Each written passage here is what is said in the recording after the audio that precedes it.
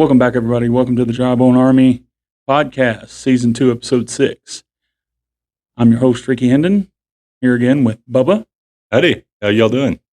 It's just the two of us today. We're going to do 3 segments. First segment's going to be the difference between knowing God is present and feeling God's presence.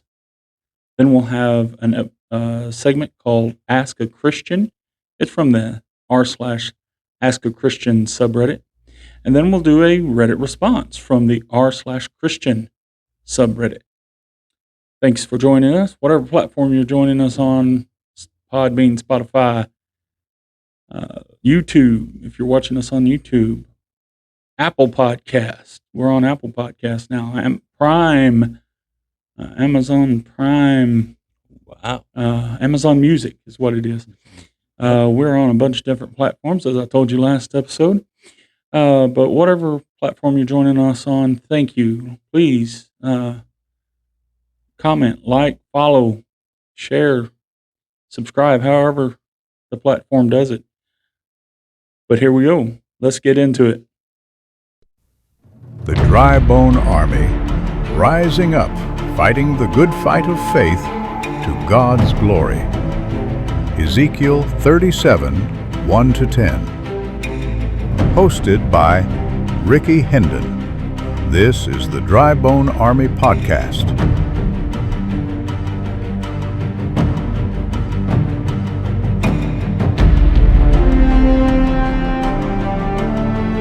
All right, segment 1, the difference between knowing God is present and feeling God's presence. I have seen a lot of videos. I've heard a lot of people discussing that as a Christian, they get into a dry spell, they get into a low point, and they no longer feel God's presence. And they just don't know what to do. But I'm going to tell you that there is a difference between knowing God is present and feeling His presence. There were times in the Bible where God pulled away, withdrew that feeling of His presence. And the people realized that. Job was one of them. David.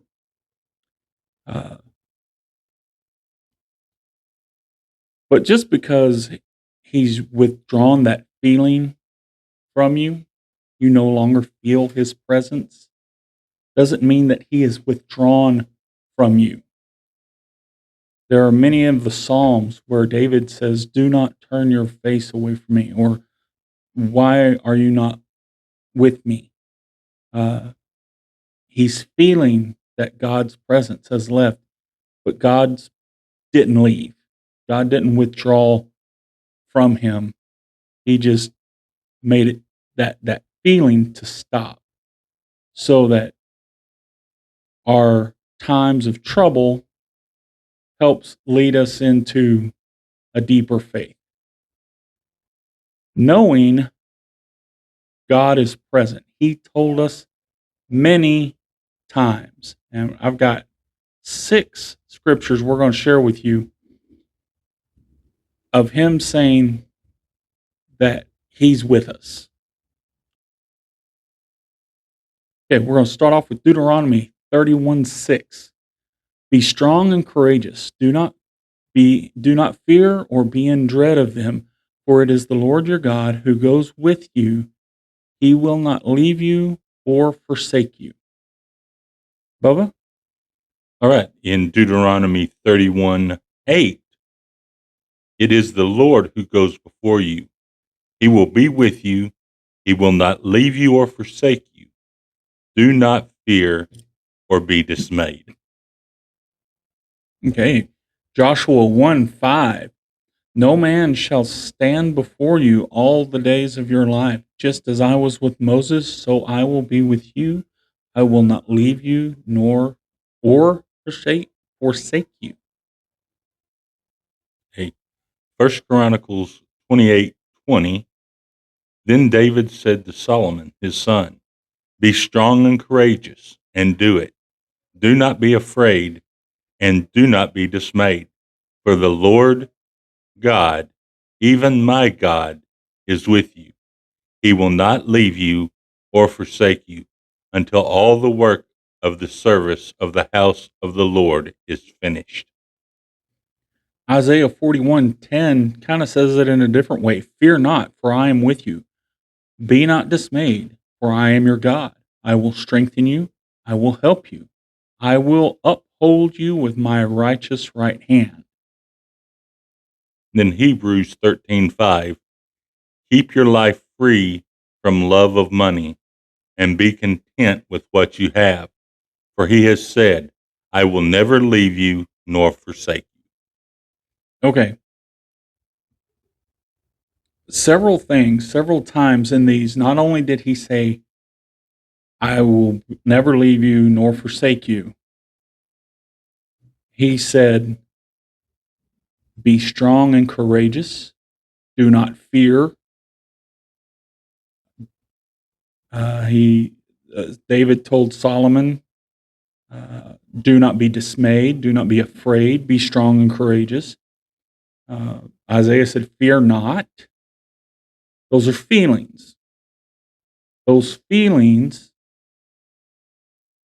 creep in, and the enemy uses those feelings to get us to think God's abandoned you. Okay? In Hebrews, it's keep your life free from the love of money. Be content with what you have. We get afraid generally of our finances. Where's our next meal going to come from? How are we going to take care of this bill? And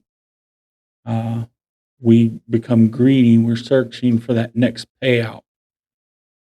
But we need to crush that feeling of greed. Greed is a feeling. We need to crush that and know that He's with us and He's going to take care of us. Feelings generally come from the heart. Right. We equate love and fear. Its emotions are from the heart. We equate feelings with the heart. But Jeremiah tells us the heart is deceitful above all things and desperately sick. Who can understand it? That's Jeremiah 17:9. Jesus tells us in Matthew 15:19. For out of the heart comes evil thoughts, murder, adultery, sexual immorality, theft, false witness, slander. So that's where our feelings come from, but that's also where evil thoughts come from. Our feelings lead us to evil things. We can't trust our heart. We can't trust our feelings. In other passages, he says he will give us a new heart. David in the Psalms said, cleanse my heart. Give me a pure heart. We can't trust the feelings that we have until we put our trust completely in God and let Him restore our hearts and those feelings along with them. Bubba? Yeah. In all of these, going back to the first part, it repeats several times, and therefore it's something you really need to pay attention to. And as far as the feelings of the heart, and it being deceitful and evil, that is from man. That comes from the garden. Right. It started with the first sin. And we've got to guard our heart. And we need to listen for the Spirit led. And you can tell if it's the Spirit, if it goes along with the Word of God and it is Uplifting. uplifting. Yes. Yeah. I heard a pastor once say, uh, in question, but didn't the feelings that we have, didn't they come from God? He said, no, the feelings that we have now came from Adam, came from the fall. They're a cursed feeling. They're a feeling of inadequacy, a feeling of I'm not in line with God, even though there are people who don't believe in God, they still have that feeling of something's missing. And that comes from Adam. That comes from the fall. So when we we don't need to just give our hearts to God. We need to give our whole lives to God. And when we do that, we allow him to give us a new heart, which comes with new feelings. Feelings of peace, joy, and understanding. Right. All right. That's a good segment. Very good segment. All right. Coming up next, Ask a Christian. Right here on the Dry Bone Army podcast.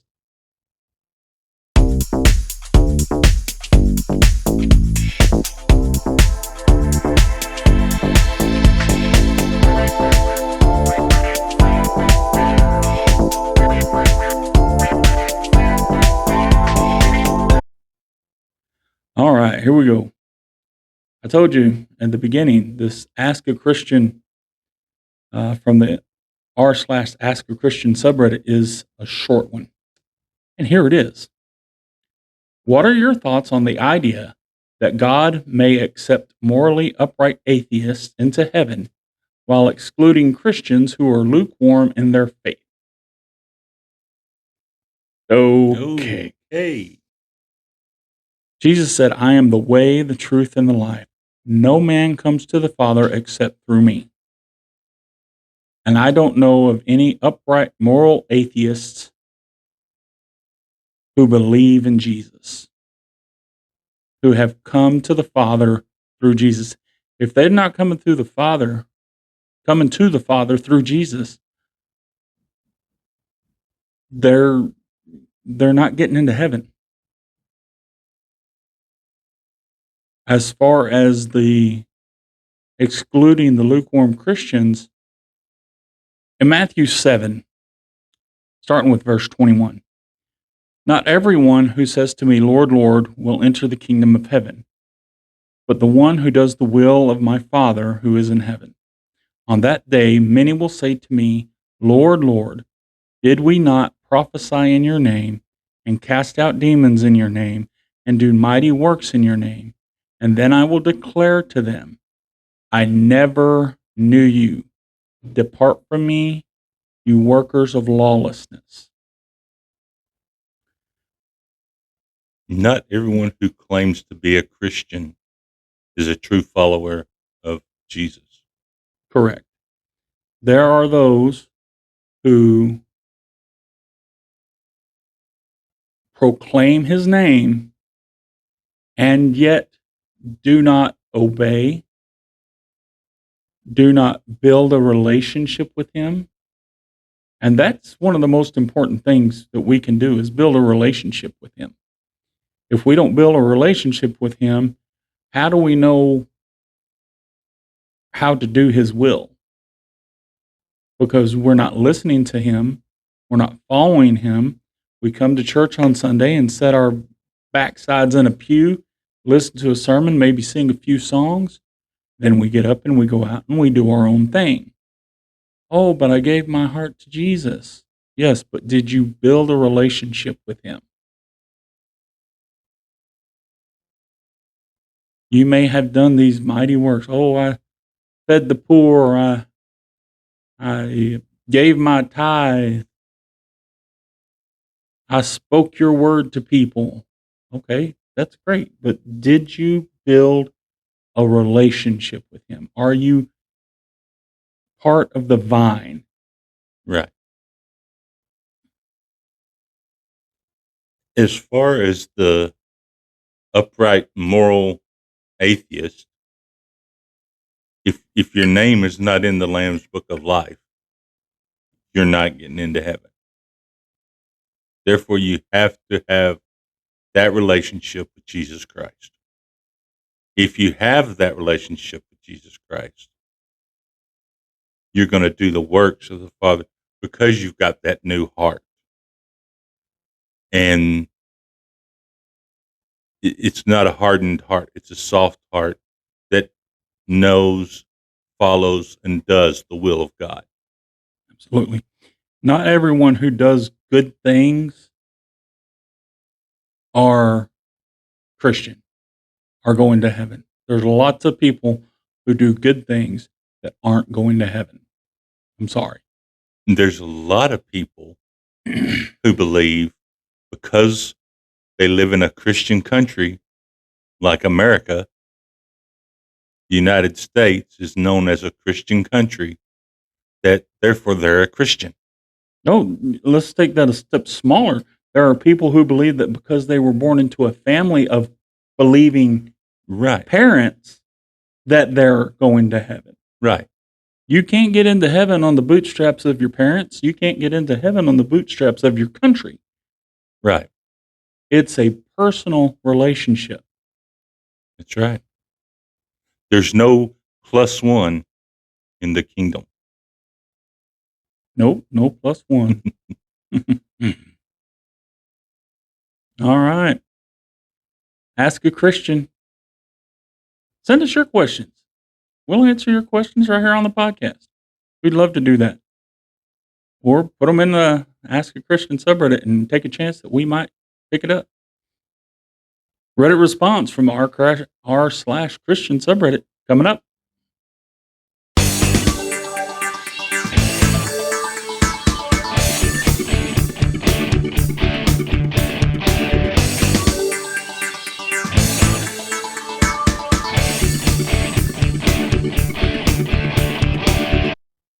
Okay, r/Christian Reddit response.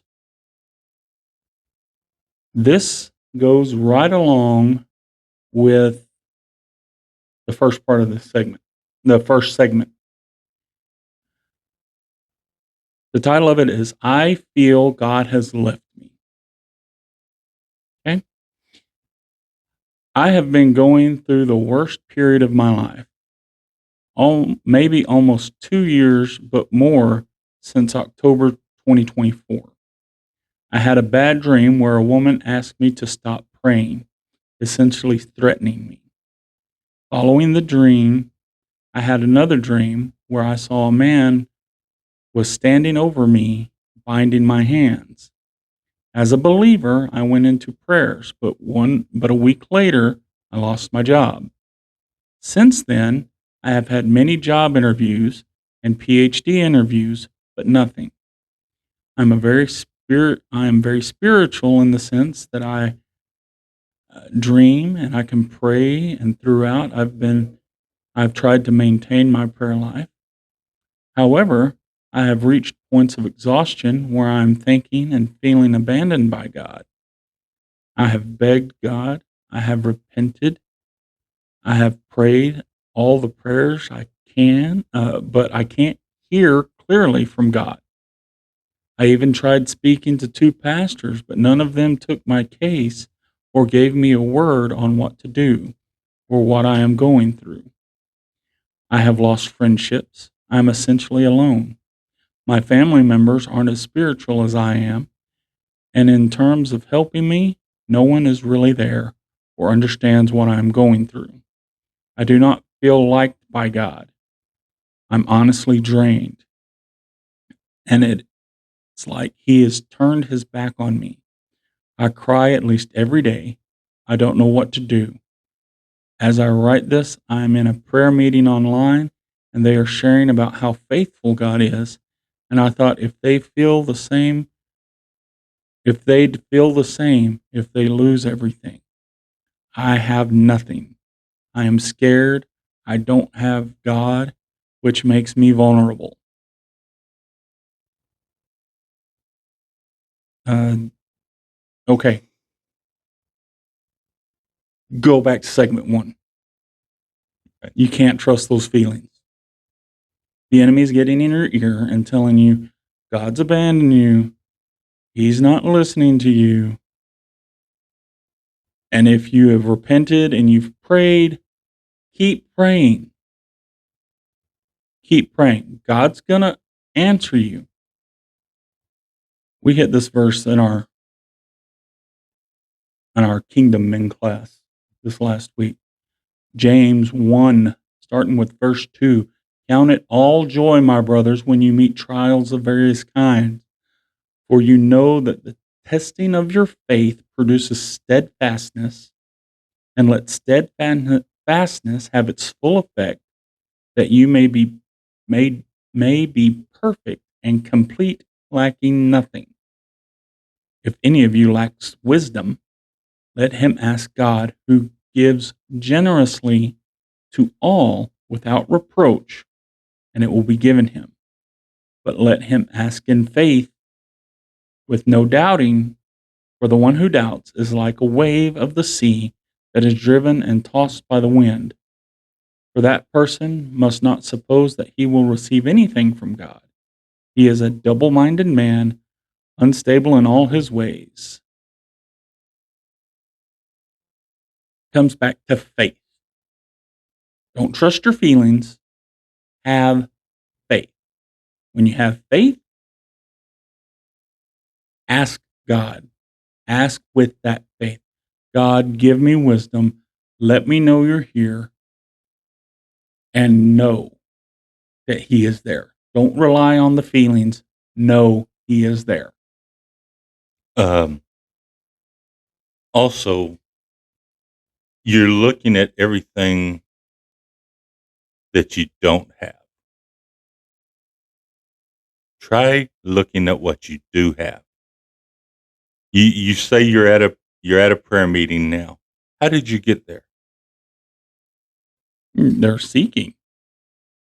But did you drive there in your own vehicle? Well, it was online. Oh, it was online. Okay. You have a computer or a tablet or a phone and an internet connection. Therefore, you haven't lost everything. If you have that, you're most likely inside a house. So also count your blessings and use them to see what God has given you, instead of looking at what has been taken away from you. Look at what's been given you.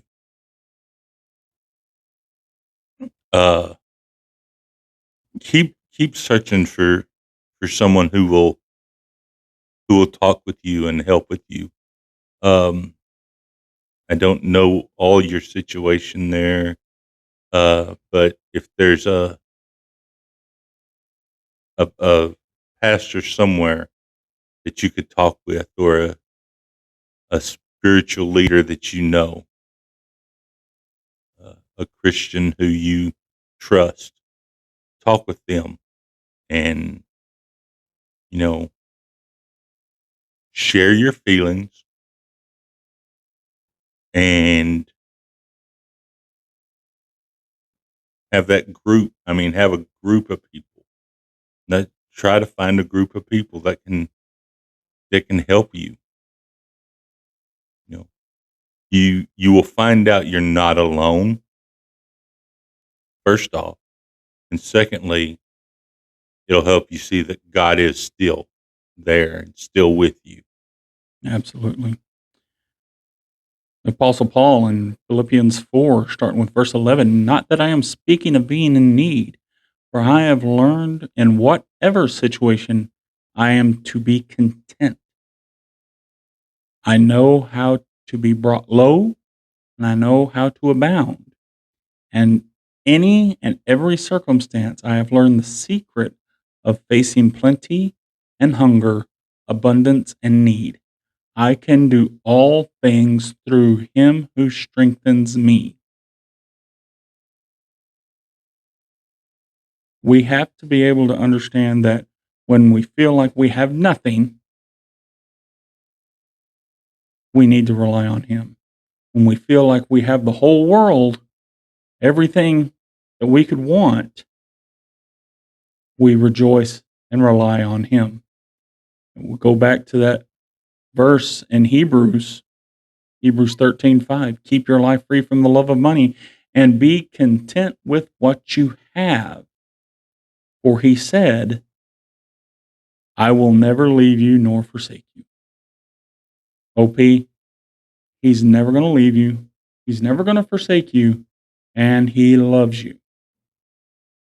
Remember that. Most important of all, He loves you and He wants you to be with Him.